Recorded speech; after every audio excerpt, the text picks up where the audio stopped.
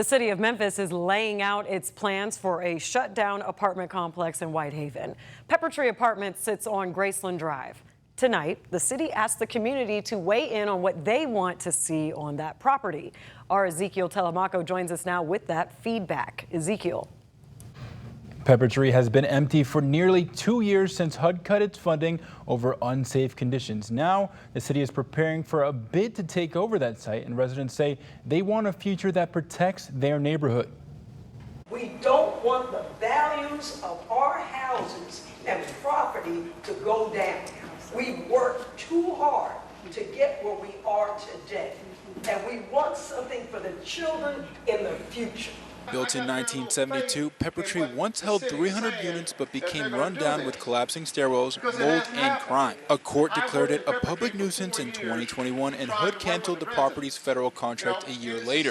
The Peppertree Apartments is currently going through a foreclosure process, and the city is working with HUD to see how we can redevelop it, and more importantly, what would be in the future. City leaders say that even if another developer secures the property, Memphis still plans to work alongside them to make sure that the redevelopment happens. But if everything goes as planned and the city does become the winning bidder, demolition could begin as soon as 2026, paving the way for new housing, green space, and community investment. Regardless of the outcome, one former Peppertree apartment worker does not trust the city or their plans. I got very little faith in what the city is saying that they're going to do this, because it hasn't happened.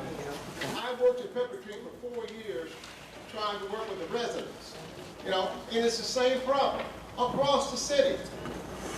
We have to have support. He argues that redevelopment alone won't fix the deeper problems without investment in the people who've lived here. My point was, if we're going to do something with apartments, we've got to be able to bring the residents. Some of them need to be taught. That's the key.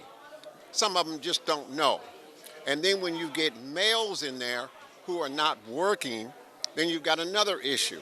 So you have to address all those issues if you want to bring the tenants up to what you expect them to be. For longtime residents like Barbara Tyler, it's also about preserving the neighborhood's history and dignity.